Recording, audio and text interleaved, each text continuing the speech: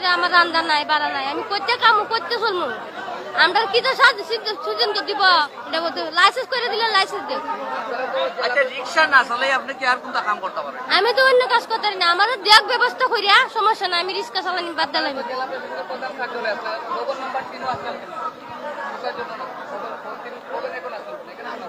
তা আমি যখন গাড়ি চলে খাইতে পারতাম না তা আসবো না কি করবো দোকান দিলে আমার দেখ আমার জীবন সুবিধা করা যায় সমস্যা কি তো করতাম। আচ্ছা এখন যদি আপনারা যদি কর্মসংস্থান দেওয়া হয় রিকশা চালানি বাদ দিলেই পারি? আমি বাদ দিলাম। কত টাকা হইলে আপনি বাদ দিলেই পারি? আমার 1 লাখ টাকা নাই আছে। 1 লাখ টাকা দিলে রিকশা চালানি বাদ দিলাম। আজকে ইনো আন্দোলন কি তার লাগে? তখন আমার চলাফেরা করতাম তো না আইতাম না কি তো করতাম। এখন আন্দোলন কেন আইলে আপনারা এখন 1 লাখ টাকা দিলেই আপনি যাইবা কিন্তু আন্দোলন কি তার লাগে? আইতাম না সবাই লাগি আইছি সবাই যেমন বাঁচতাম তাই দিকে আচ্ছা আচ্ছা ঠিক আছে। আপনারা 1 লাখ করে দিলেই এখন যাইবা কিন্তু আন্দোলন চালাই যাইবা? আন্দোলন চলবে গাড়ি চলবে গাড়ি চলতে হবে। প্রিয় দর্শক এই আমার ক্যামেরার সামনে জেলা প্রশাসক কার্যালয়তে প্রধান কার্যালয় তারপর ঠিক জেলা প্রশাসকের 3 নম্বর ভবনে কয়েকজন বাংলাদেশ সেনাবাহিনী আসছিলেন এদিকে দেখেই তারাও কিন্তু পিছনে চলে আসছেন এবং ঢোকার চেষ্টা করছেন ভবন নম্বর 3 এমনটাই দেখা যাচ্ছে। আমরা একেবারে ভিতরে চলে আসছেন সেখান থেকে সরাসরি তুলে ধরার চেষ্টা করছি সবাই। প্রিয় দর্শক আমরা এই মহিলার সাথে আরেকটু কথা বলার চেষ্টা করব। আপনার এই দেখি একটু লাইসেন্স করে দিতে হবে। আমার নাম দরিনা। জি থাকি খানিসার 10 নম্বর ওয়ার্ড। দেশের বাড়ি কই? ব্রাহ্মণবাড়িয়া। কতদিন যাবত সিলেটে থাকেন? আমি শুরু থেকে পড়েছি সিলেট।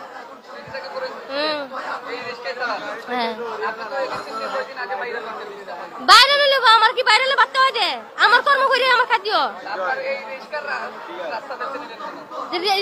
আমি একটা ওষুধে মানুষ কি করুন আমার তো চলতে হবে আমি যেটা পারি এটা তো করি আমি তো চুরিও করি না। সিলেটের ভোটার? হ্যাঁ আমি সিলেটের ভোটার। আমি এখানে থাকি এখানে চলাফেরা করি এখানে আমি ছোট এখানে ছোট থেকে বড় হয়েছি। আমাদের দেশের বাড়ি মদন থানা সিলেট। আজ 30 বছর থাকি। আমার বয়স 30 বছর। হ্যাঁ আমি সিলেটের ভোটার। জি আমি আজকে 5 বছর থেকে রিক্সা চালাই না।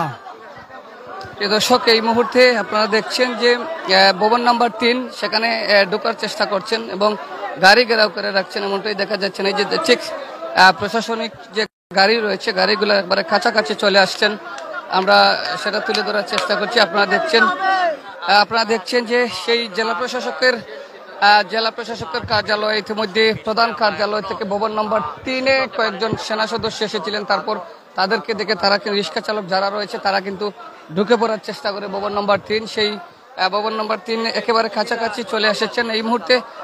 আমি এদিকে যাবার পথে যখন এখানে বেশ হাজার খানিক জনতা দেখলাম আমি ঢুকে পরে জানতে পারলাম যে সেরা অটোরিকশা চালক বা অটোরিকশার মালিকরা এখানে জেলা প্রশাসকের কাছে তাদের এই দাবি দেওয়া নিয়ে এসছে। তো যেহেতু এটা জেলা প্রশাসকের অফিস সেখানে তো বিশৃঙ্খলা করা যাবে না। আমি এটাই বললাম যে তারা তাদের যে স্মারকলিপি দিয়েছে সেটা জেলা প্রশাসক এই মুহূর্তে এখানে নেই। আমিও খুঁজে দেখলাম যে উনি সরকারি কাজে বাইরে আছেন। তো উনি আসার পর তাদের দাবি দেওয়া দেখবেন এবং আমি মনে করি উনি বিজ্ঞ জেলা প্রশাসক। এখানে এতগুলো মানুষ হঠাৎ করে বেকার হয়ে যাবে, তাদের পরিবার পরিজন আছে, এখানে কমপক্ষে ধরে নিতে হবে প্রায় 10 থেকে 15 হাজার মানুষ স্ট্রেইট বেকার হয়ে যাবে তারা যদি রোজগার না করে। তো সে বিষয়ে যদি জেলা প্রশাসক মনে করেন যে একটি নীতিমালা করে সেটা একটি নীতিমালার মধ্যে নিয়ে এসে যদি কোনো কিছু করার সুযোগ থাকে বিজ্ঞ জেলা প্রশাসক সেটা করবেন এবং আমি আশা রাখি এক কথাতেই তাদেরকে বোঝানোর চেষ্টা করেছি, এর বাহিরে কিছু নেই। একটা বিষয় হচ্ছে আপনি যখন ঘোষণা দিচ্ছিলেন আমরা দেখলাম শ্রমিকদের মধ্যে একটা স্বস্তি ফিরে আসছে। আমরা কি আশা করতে পারি যে আপনার ঘোষণার পর শ্রমিকরা এখান থেকে স্থান ত্যাগ করবেন? আমি একটা কথা বলি, এরা যে আজকে এখানে এসছে, আজকে বা গতকালকে থেকে এরা তাদের যে ইনকাম, যেটা প্রতিদিনের রুজি রোজগার, যেটা সেটা বন্ধ। এখন যদি একটা ফ্যামিলিতে 4 জন 5 জন মানুষ থাকে, সে 500, 700, 1000 টাকা ইনকাম করে নিয়ে তার বাচ্চাকে সাথে খাওয়ায়, তো স্বাভাবিক কারণেই তারা তো একটু উদ্গ্রীব, উৎকণ্ঠা এবং অ্যাগ্রেসিভ থাকবে। তো তাদেরকে তো বুঝিয়ে বলতে হবে। এবং যেখানে এটা আমরাও বুঝি যে এই ব্যাটারি চালিত রিক্সাগুলা চলার কারণে সেখানে বিদ্যুতের একটা বিষয় আছে, বিদ্যুৎ যেভাবে লোডশেডিং হচ্ছে সেটারও একটা বিষয় আছে। সরকার সে ব্যাপারে হয়তো চিন্তা করছে, কিন্তু অপরদিকে দেখতে হবে যে আমার দেশ নিম্ন আয়ের মানুষ বেশি, শ্রমিক মানুষ বেশি, মেহনতি মানুষ বেশি। এখন এই সমস্ত শ্রমিক মেহনতি মানুষের একটা উপার্জনের, বিশেষ করে সিলেটে বা অন্যান্য জায়গায়, ঢাকা সহ সব জায়গায় কিন্তু ব্যাটারি চালিত রিক্সা চলছিল। এখন যারা ওই সময় এই ব্যাটারি চালিত রিক্সা এনেছিল, ইম্পোর্ট করে হোক আর দেশের ভিতরে, তখন একটা নীতিমালা কেন করে এইগুলা দিল না? যদি নীতিমালা করে দিত তাহলে কিন্তু আজকে এটা হতো না। তাই আমি মনে করি যেটা একটা আধ্যাত্মিক নগরী, সিলেটের পুণ্যভূমি, এখানে সবাই আমরা যানজটমুক্ত শহর চাই। পাশাপাশি আবার আমাদের শ্রমিকদের যে ক্ষতিগ্রস্ত হবে সেটাও কিন্তু আমাদের মাথায় রাখতে হবে। তাহলে যদি একটা নীতিমালা করে একটি নির্দিষ্ট এলাকা যদি চিহ্নিত করে দেওয়া হয় যে 1 স্কয়ার মাইলের মধ্যে এইগুলো চলতে পারবে না, এই ধরনের কিছু যদি করা হয়, এটা আমার ব্যক্তিগত মতামত, এটা কোনো সামগ্রিক কোনো বিষয় না। আমরা তো রাজনীতি করি মানুষের জন্য, আমরা মানুষ বুকা থাকুক এটা তো আমরা চাই না। আবার আইন শৃঙ্খলার অবনতি হোক বা যানজট প্রচুরভাবে হোক সেটাও চাই না।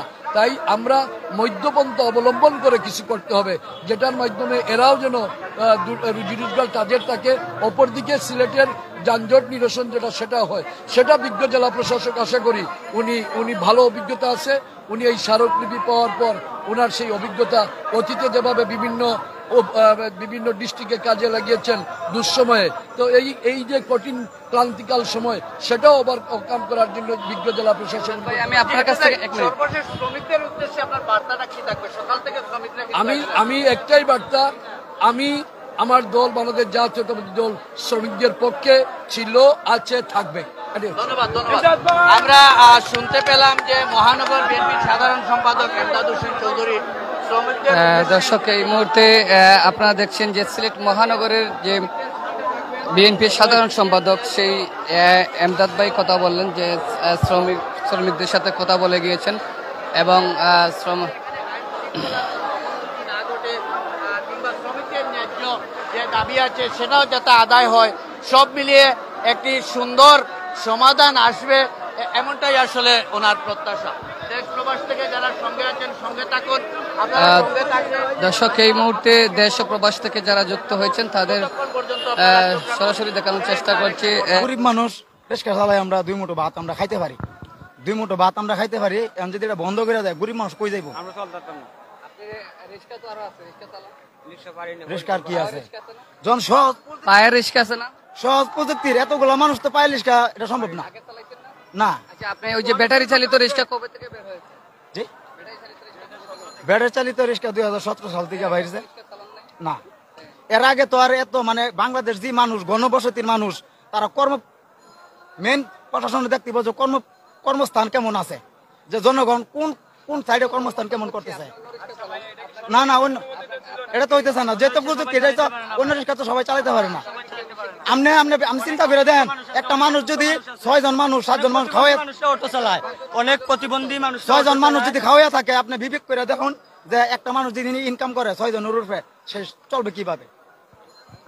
400-500 কিভাবে চলবে? আপনি আনাজ তরকারির দাম দেখছেন? হ্যাঁ, এটা সিটিভেট করা দরকার না? 200-300 টাকা কামাই করে আমরা কিতা করতাম? অটো রিক্সা আমরা মোটামুটি 600-700 টাকা আমরা কামাই পারি। জি, আমরা 2 কেজি আলু, 4 কেজি 2 কেজি চাইল আমরা নিতে পারি। পায়ের রিক্সা হাইস্টে 200-300 আর বেশি। অটো রিক্সা থাকলে দেখা যায়, আর অটো রিক্সা যদি পায়ের রিক্সা যদি অটো রিক্সা থাকে, ইনকাম হতো না। সুযোগ হয় না। পায়ের রিক্সা ইনকাম 90 টাকা থেকে 100 টাকা আমরা দিই। ব্যাটারি চালিত 300 চার্জের খরচ তুললে। আর আরেকটা আপনার কাছে, আপনার সাংবাদিক, আপনার কাছে আমার একটা প্রশ্ন থাকলো, আচ্ছা কোন কারণে এটা বন্ধ করার? আর কারণটা কি? অটো গাড়ি বন্ধ, যেহেতু প্রযুক্তি দিন দিন আগাইতেছে। এসে আসিল না, আগে এসে লাগাইছে। এসে কি চাষ খানা কোনটা জ্ঞান নাই? যদি আমাদের প্রশ্ন, আমি যদি জ্ঞান না থাকে, দুর্ঘটনা তো আপনি হিসাব করে দেখেন, আমি সাংবাদিক বুঝবেন কি করি, বহুত মানুষ গাড়ি চালার। আপনি দেখেন প্রতিদিন অন্য অন্য যানবাহন অ্যাক্সিডেন্ট হইতেছে, কয়টা অটোরিকশা অ্যাক্সিডেন্ট হইতেছে প্রতিদিন, আমাকে ওইটা দেখিয়ে দেন আপনি। কয়টা বাইক, কয়টা সিএনজি অ্যাক্সিডেন্ট হইতেছে, কয়টা ট্রাক অ্যাক্সিডেন্ট হইতেছে, আপনি ওইটা দেখেন। হাজারের ভিতরে একটাও হয় না অটোরিকশা অ্যাক্সিডেন্ট, কিন্তু প্রতিদিন বাইক সিএনজি গুলো অ্যাক্সিডেন্ট হইতেছে। কি ঘোষণা দেওয়া হইলো? হ্যাঁ হ্যাঁ, অবশ্যই আমরা মানবো। যদি তারা বসে, আমরা অবশ্যই মানবো। না মানতে, যেহেতু মানুষ অসংখ্য মানুষ, তারা তো মধ্যবিত্ত মানুষ, আপনার মতো তো শিক্ষিত না। আমাদের মালিক সমিতি মানতেছে না, কারণ সরকারি অফিস 4টার দিকে বন্ধ করে দিবে, তাহলে 5টার দিকে কোন জায়গায় আমরা বসে মিটিং করব? কোন জায়গায় বসে মিটিং করব? হ্যাঁ, এটা অজুহাত দেখাচ্ছে ওরা, এর জন্য আমরা মানতে রাজি নয়। এখন পর্যন্ত একটা কোম্পানি বন্ধ করছে।